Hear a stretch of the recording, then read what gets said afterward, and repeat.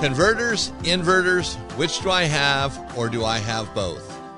This is Eric Stark with the Smart RV'er Podcast, delivering the smarts you need to enjoy the freedom of the RV lifestyle without the fear of breaking down. And just as a reminder, the podcast that you're listening to is also available on YouTube. And if you're watching it on YouTube, it's also available as a podcast form as well. So it's on all the podcast channels, iTunes, Spotify, all of them. So that's just a reminder. So sometimes I'm going to try to make this more audio, but occasionally I will mention if you're watching the video, you might want to look at this. Like I have two inverters sitting here on the table, or an inverter and a power center, which that's what we're going to be talking about today. So you might want to look at both. And don't forget to subscribe. So living the RV life. Today we're going to be talking about a family and friends trip. And so what's the big deal about organizing a nice family and friends trip? Well, you know what? It's an easy way to have a good time out RVing.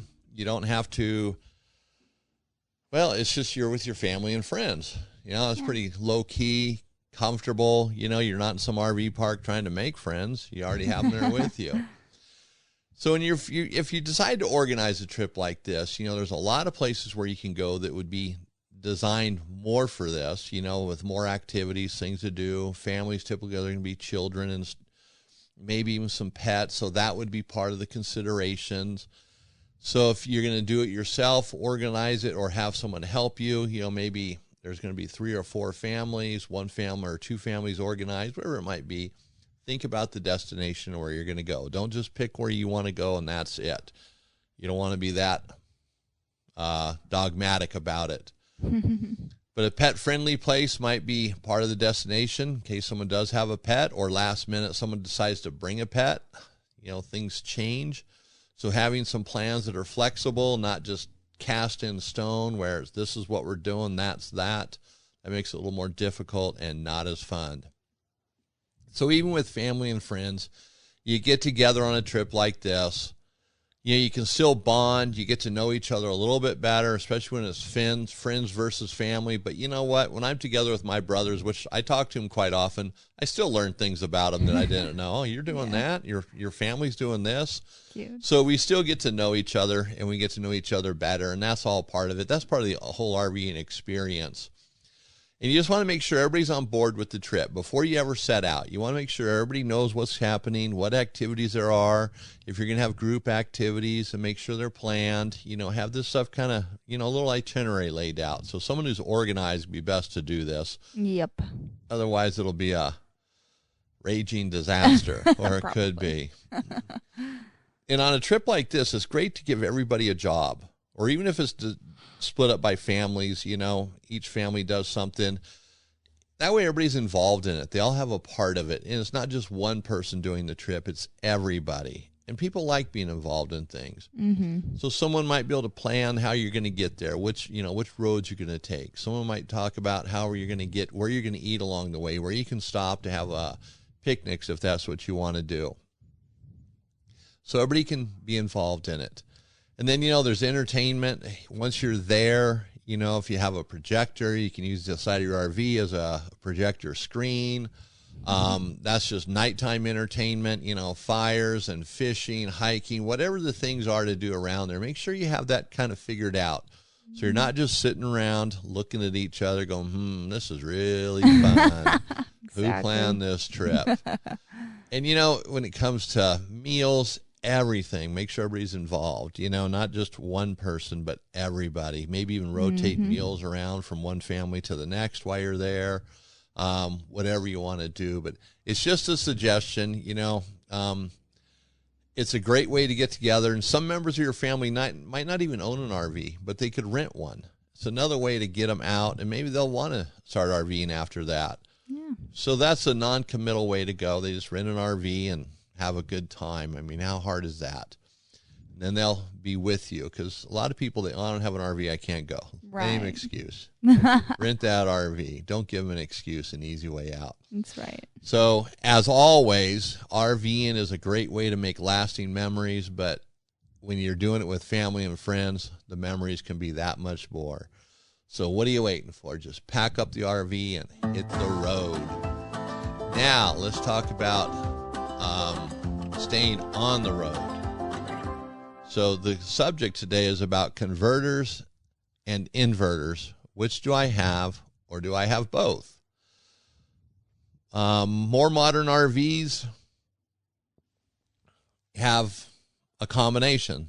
You know, it's more likely they're going to have an inverter with a converter or a charger built into it, where older RVs, it goes the other way, where they just have a converter and that's it. In fact, you know, for decades now, RVs of all types have come with inverter or converters. It's hard to keep these two. I know. You know, converter and inverter, get them mixed up. So sound alike. and I'm going to get to that in a moment too, about getting these things mixed up. But the converter, the purpose of the converter is to charge the battery. So when you're not plugged into shore power or park power, whatever you want to call it, but we're going to call it shore power, you'll have 12 volts to run all your lights and 12-volt accessories, like your refrigerator needs 12 volts. So a converter is just basically a battery charger. So when you're plugged in, it's charging the batteries. And so today's converters, they're smarter. They're designed to charge all types of batteries. They're much like a smart standalone charger. A lot of battery chargers now are just smart chargers. You know, you hook it up to your battery and it figures it out. It does what it needs to do and charges it correctly. Noco's a brand that sells, though, they work very well. But with an RV, you have the charger built in, so you wouldn't necessarily need a trickle charger to do that. So all of the smarts are built into it, so it makes them much more friendly to use. You don't have to sit there and press switches and dials and settings. Yeah. It's like if you're looking on the video, this is a power center. Mm-hmm. If you're on the audio, you can't see it, but imagine a power center in your RV, and all you do is hook it up, and this one auto detects which batteries you have. That's nice. Older ones didn't do that. Even just a year ago, you'd have to get one rated for lithium versus the others. Okay. It would sort of auto detect, but not 100%. And some of them you have to put a setting in there. Older battery chargers might not even work with lithium batteries or AGM batteries, so it just depends. So all the smarts are built in, so you don't have to do anything. So you can be dumb, and the charger can be smart. It makes it easier. Brilliant.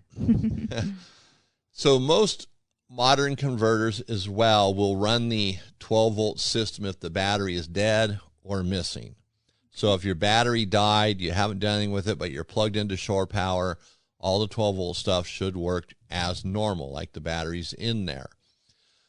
But you don't want to do that unless you have to. It's always good to have the battery in there just in case you're going to go on a trip or you do lose shore power, you have that 12-volt system working.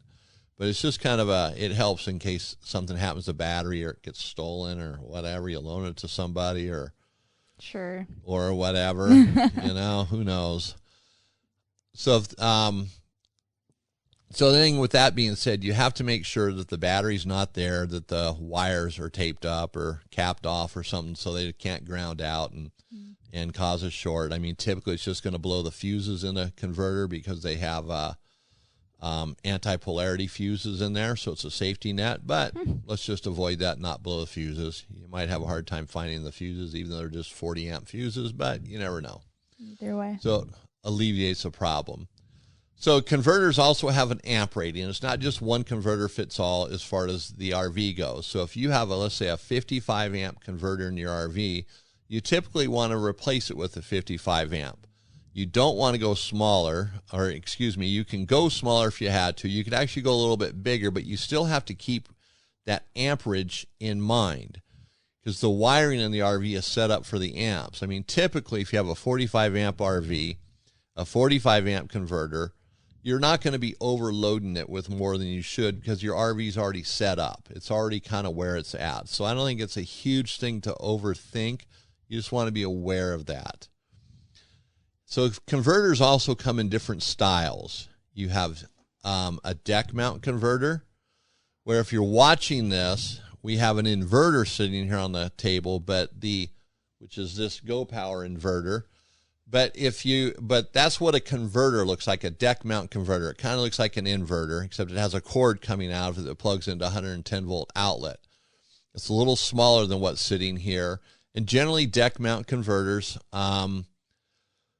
I'm not going to say in older RVs, but they're not as in the brand new ones as often. Most newer RVs or brand new RVs have power centers, but the deck mounts are small, maybe 8x8 or 8x8x10 or 12. They have the powered cord coming out that plugs into the 110-volt outlet near it. They're generally in cabinets, kind of put away. They're not visible. Sometimes they're very hard to find. Some people have a tremendous time finding a deck mount converter because they kind of stick it someplace where it just doesn't matter. Mm-hmm. So if you have one of those, then you more than likely have a power distribution center someplace else. It might look like a typical power center with a converter built into it, but if you have a deck mount converter, the power distribution center won't have a converter in it, or at least it shouldn't. Sometimes manufacturers cheat and do what they have to do, but it shouldn't. So the power center is going to have the 110-volt breakers and the 12-volt fuses in a power distribution center. Okay, so that's kind of how it would work with a deck mount converter. Now, if you have a power center, which again, if you're watching, putting my hand on it right now, that's a power center. This is a 6355, so that's a 55 amp power center. It has your location for your 12-volt fuses. It has the location for the 110-volt circuit breakers, which neither of which are in this converter right here. This is brand new out of the box, so none of that stuff comes with it. You have to provide your own breakers and fuses. The breakers are pretty much universal in these things. They fit one, they'll fit them all. Haven't run into one where the breakers from an old one won't work in the new one. And you don't necessarily have to put in new breakers if you replace it. Breakers are, if they're working, they're fine.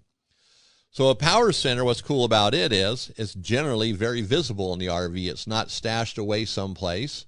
It's on the face of a cabinet, usually in an area that's like a kitchen, a living room. It might not be waist height. It might be down lower, but they're visible. So it's nice to be able to see it, easy to work on.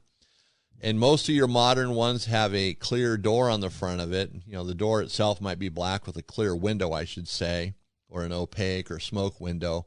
But you can see if a fuse is blown because it has a red light next to it that comes on when a fuse blows. So that's a nice indicator. You can just look at it. Oh, I got a blown fuse. Mm-hmm. Or if something stops working, you go back there. Oh, I can see which fuse is blown. The older power centers, you'd have to go through with a test light, check each fuse, or pull it out, look at it, and hopefully it blows enough where you can see it. So these modern ones are pretty cool.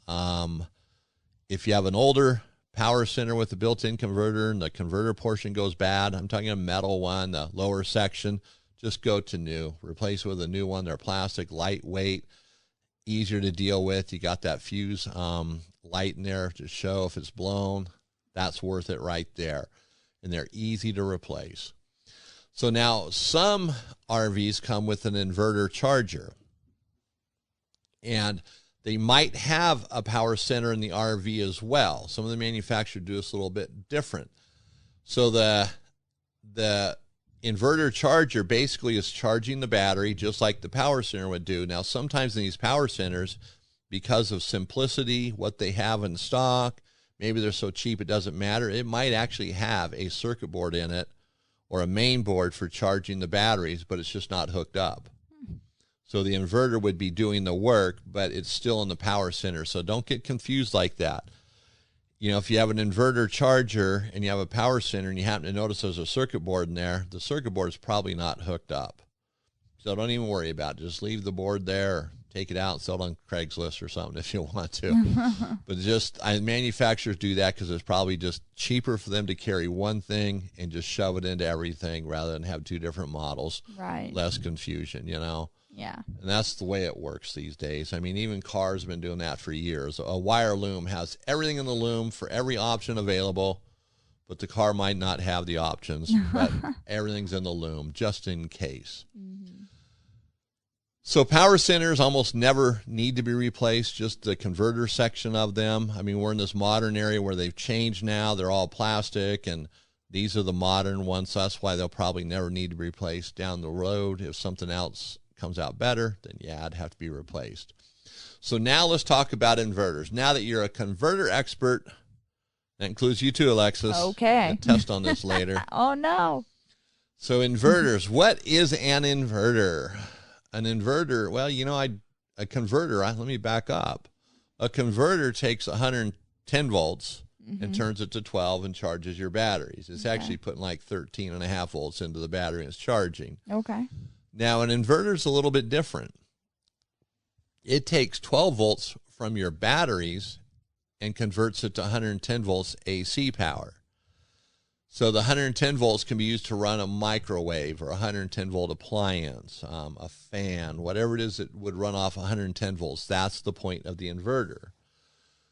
So some RVs come with an inverter that has 110 volts hooked up to every outlet in the RV. Some of them only come with just a few outlets that are hooked up, maybe in the bedroom, in the kitchen, and the refrigerator. The refrigerator is always connected to it, but it might just be just a few versus all. So it depends on the RV, the manufacturer, and what they decided to do. Now, keep in mind that an inverter runs off the 12-volt batteries. So you have 12-volt batteries in your RV, and that's what's powering the inverter. So you might need 2 batteries. You might need up to 8 batteries, depending on what you're trying to do. And you'll probably need at least a 400 watts of solar power to charge the batteries during the day if you're not plugged into shore power. So that's the point of the inverter, is to be able to use your 110 volts when you're not hooked up to shore power or off the grid, as many people say. So that gets a little confusing. Sometimes people get these things mixed up when it comes to inverters and solar.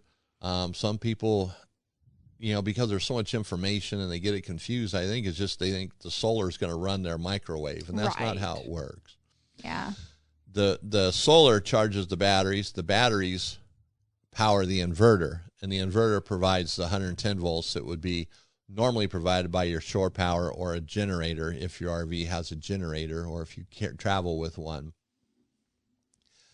So with an inverter, you can buy one with the charger built into it, which is basically what a converter is in your RV, except this is an inverter with the charger built into it, so it charges the batteries. So the option is going to depend on what you're trying to accomplish. Some new RVs and even older ones can be very difficult to add an inverter into it down the road just because of the way the RV was built. So what comes to mind is recently we had an RV here, and it was a trailer. Actually, it was a fifth wheel, so it had a big old open bay in the front, side to side, all the way through. And then they had it paneled off where some of the plumbing was, the converter, all the wiring. But because of the complexities of all the plumbing, the 1.5-inch drain pipes, the electrical, the framework, you would have had to have cut everything out, all the plumbing, the framework, to get in there to actually put an inverter in, or more so to hook it up to the electrical, because where the electrical is at, the 110 volts coming in. Very complex. Down the road, this guy would probably have a serious problem trying to do anything in that regard. Replacing the power center would be a little complex, but not nearly as bad, just because of the way this RV was built. But they're not all that way. So some of them can be very complex to do this, to add it down the road. So hopefully, the RV comes with one, and it's an inverter that does what it should do, and it's the inverter the way you want it to be done. Like it's not just for the bedroom and the refrigerator. It's going to run the microwave and some other things. So now the question that I hear a lot of, especially when the subject of solar power comes up, it's actually 2 questions. And I've already kind of said this one: will solar run my microwave or AC?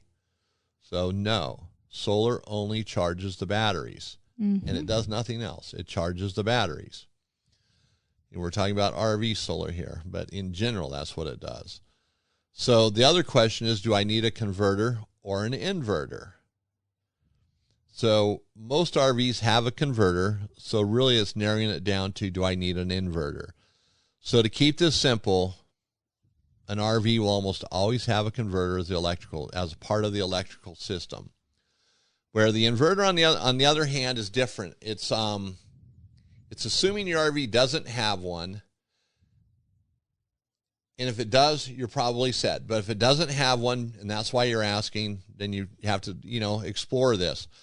So to add a good quality inverter to the RV's electrical system can be expensive and sometimes very complex, like I just spoke about. So we're going to discuss the good versus the bad here. I push good, although sometimes bad will work for a specific application. There's nothing wrong with saving some cash. I'm talking about quality here, good versus bad.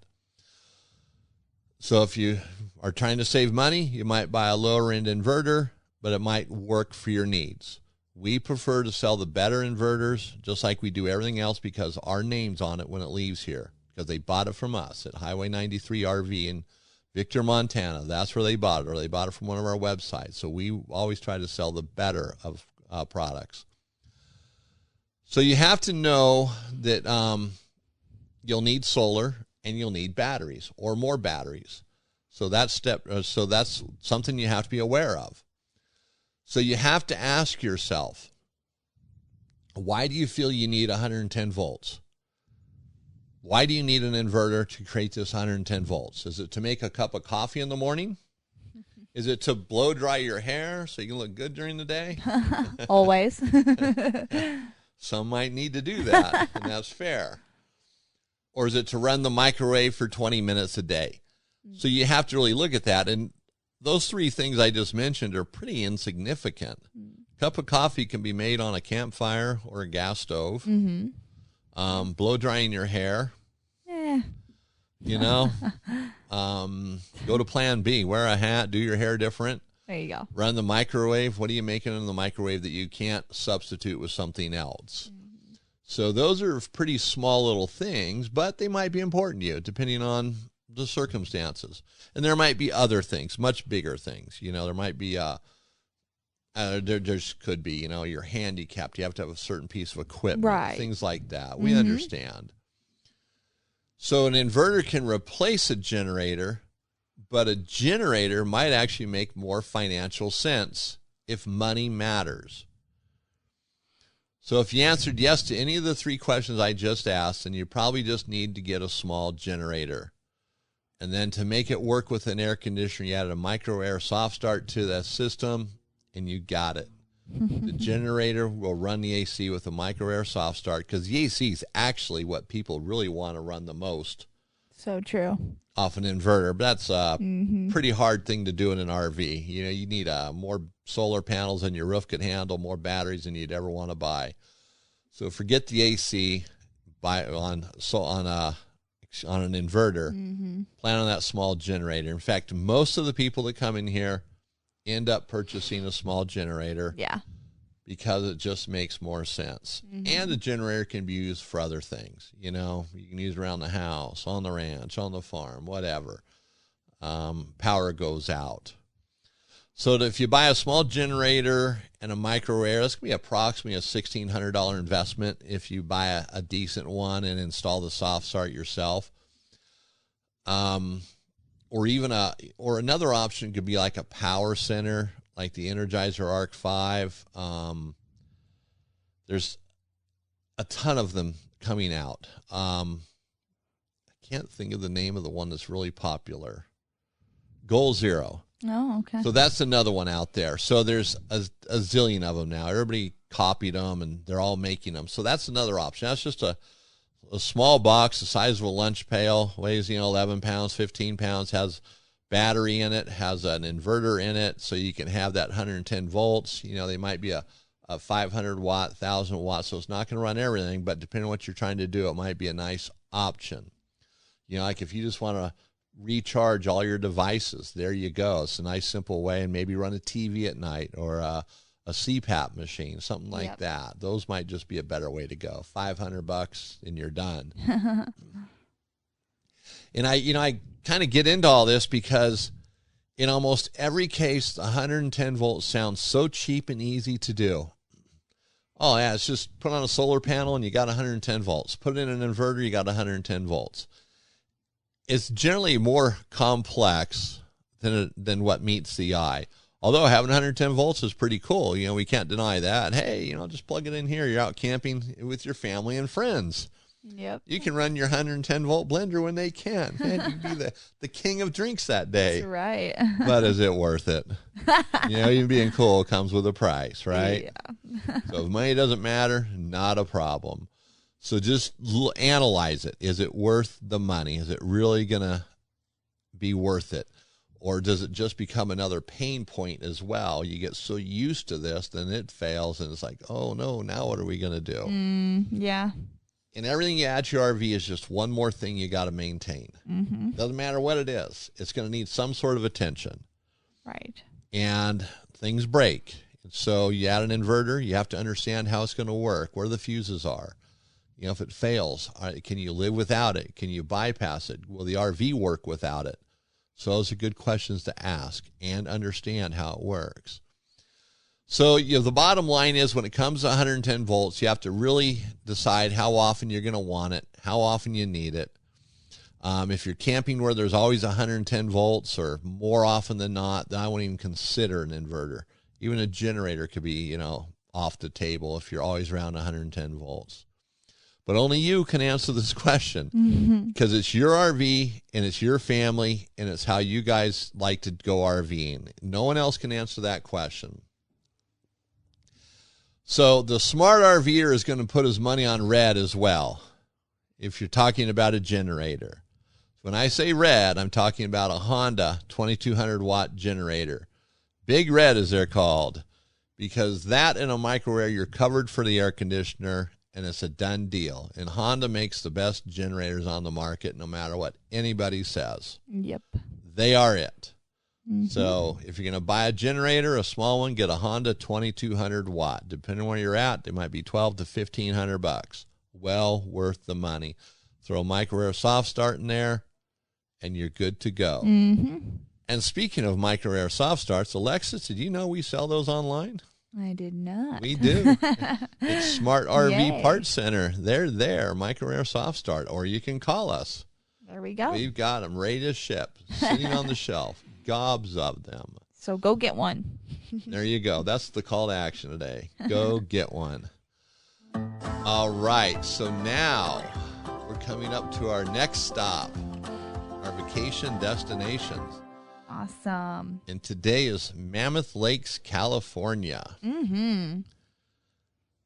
Pretty cool. So all this seems very repetitive. This episode we're doing right now, we had to redo after of 3 or 4 weeks. Yeah. Yep. Somebody lost the video to it and the audio. It wasn't me. It was me. I'll take the blame. So, all right. So that's why I say it's because it feels like we were just at Mammoth Lakes talking Right. about this, and we were. We were. All right. So, what is there to see at Mammoth Lakes? Oh, there's a ton. It's so beautiful there. I actually kind of want to visit myself, but one of the points of you might want to check out is Rainbow Falls. That's kind of a beautiful area, and you can hike up to it. And then there's Mammoth Mountain Bike Park. Talking about bikes, we have e-bikes here, and you can do that there. You can rent them or you can bring your own. And then there's the Village, where you can see live music. There's street performers, there's vendors. So really there's a ton to do there. It sounds like it. So the Rainbow Falls is kind of interesting, especially if you're into photography. Different times of day, the light coming off the falls, you get those rainbows and different colored lights. And waterfalls are just always cool. I think so. No matter what, whether you're taking pictures or just watching them, so they're kind of relaxing, get your mind on something else. It's one of those things in nature that just is awesome. Yes, for sure. But for the photography buff, they're always great for pictures. So riding bikes is nice, and as Alexis brought out, we sell e-bikes, Quiet Cat e-bikes. If you're looking at bikes, Quiet Cat is the brand to get. Man, we love them. Yep. They're awesome. Absolutely. All right, so then you got music, street performers, all those great things. So many things. That just makes it, brings the whole package together sometimes because it gives you something to do. Mammoth actually would be a great place for families to go to. Oh, yeah, definitely. From last time I was there, I recall very family-oriented. Growing up, I knew families that went there all the time. Yeah. Even in the winter, too, they have places to ski close, so you can't go wrong. Right. It's just great. Yeah. Yep, you can stay in your RV right there. Yep. That's cool. So, like every other place we go to in the next stop, is there some place to eat in Mammoth? I'm hungry. Oh, always. They have a brewing company there, Mammoth Brewing Company, where it's like the best pub food. You know, they've got pizza, tacos, burgers, whatever's on your mind or in your stomach. Yeah. And then there's I think I'm saying this right, the Mogul. Yep, the Mogul. And this is a little fancier. They've got some prime rib, grilled fish, so a little more upscale there. And then they've got, of course, the Stove, where you can it's all breakfast foods that are amazing, omelets, pancakes, and they do have lunch items too. They have really good sandwiches. So, all right, yeah. So the Mogul, get that play on words. Skiing, they have moguls on the slopes, and a mogul who has a lot of money. So the Mogul, Yeah, all different. Kind of miss me. Yeah, whatever. And the Stove, that just sounds like a greasy skillet with Doesn't everything it? made in one. Uh-huh. But it actually sounds pretty good. I'd eat there. So Mammoth has a lot. Then, of course, is there a place for an RVer to stay there? Well, we've got to list that for sure. There's a couple, Mammoth Mountain RV Park. That's a very wooded area. New Shady Rest Campground. That's got some great scenery around there. So a beautiful place. And then they've got Camp High Sierra, which lots of hookups there. So no worries. You're not gonna be dry camping there if you don't want to be. Right. They got bear boxes there too, right? They do. I don't know why I highlighted that, but that could be important. Got to keep your food away from them bears. That's bears right. can be an issue in those areas. They can. So Mm-hmm. you have to take bears serious. We live in Montana, and people get killed by bears every year. Yeah. And sometimes very close to home here. Mm-hmm. So, everybody Don't feed packs the either a bears. gun or bear spray Yeah. or both. Yep. Or they bring someone they don't like and they just throw that person to the bear and they take off running. See, that's perfect. Yep. And so when's the best time to go to Mammoth? Really, you can go any time of the year, but autumn seems to be kind of a good time just because there's less tourists. And there's still plenty to do, even in the fall and winter. So, the kids go back to school. Why not take a trip there? In the autumn it's that transitional time of year too. So they're slowing down from the winter or the summer business. Mm-hmm. Then they're going into winter for the skiing and stuff. But that really doesn't take shape until there's some snow. Right. Yeah. So that would be a good time. And you see the change of the seasons there because you will see that there. So pretty. And I think no matter how you get to Mammoth, how you drive there, you're going to see a lot of autumn-looking things, the change of the season. Right. You go through like Bishop and Solestown. They have trees with leaves. You see all that. Yeah. So it's an awesome drive, whichever way you go as well.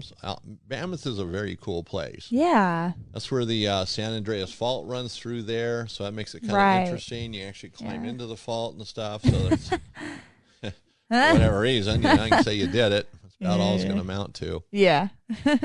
But Mammoth is a very nice place, especially if you're into winter sports. Well, it doesn't matter, summer, winter, spring, or fall. There's something there for everybody. Right. It's pretty cool. All right, awesome. So to learn more about the next stop, any place we talk about, or Mammoth, just go to our website, thesmartrver.com. Pick either link for the next stop, and it'll take you to all the articles we do, and there's a lot of them up there. And remember, these are to whet your appetite. These aren't the itinerary. It's not everything, but it gets you thinking. Gets you to look at the map and go, where's Mammoth? Oh, look at this. We can go to Bishop, too. We can go here. We can go there. Not too far from Tahoe, Yep. You can make it a very big trip. And it's not just Mammoth. Any place on our next stop you can do that with. Yep. Whets your appetite. Okay, so now we're going to go to RV Envy. We're going to talk about sewer hoses a little bit.